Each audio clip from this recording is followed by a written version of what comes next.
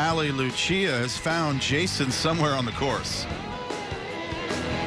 ahead.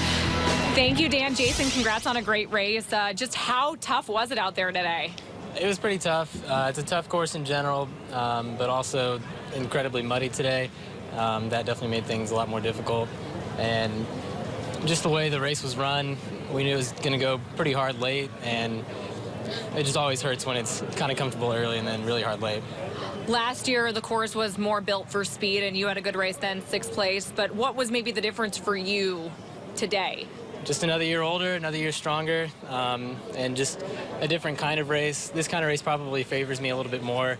I've always been a guy that can really get things going at the end of a race, and that's just how this race went today. How was it out there on the course? Describe the course conditions. Talking with some of the coaches before today's race, they said they were actually pretty impressed with the overall terrain despite the rain yesterday. Yeah, it was muddy in spots, but no matter what anyone does, you're going to have those spots. But I'd say 80% of the course was very firm, and runners like that, I guess. Now, Morgan McDonald finished first today, but how difficult is he in terms of a competitor, in terms of you trying to maintain a pace with him? I mean, he's really good. I'm not sure there's a better distance runner in the conference right now, and you just kind of have to accept that. He's just very tough to beat, and you got to get him on a bad day probably to beat him. Well, congrats on a great race, and enjoy the celebration with your teammates. Thank you.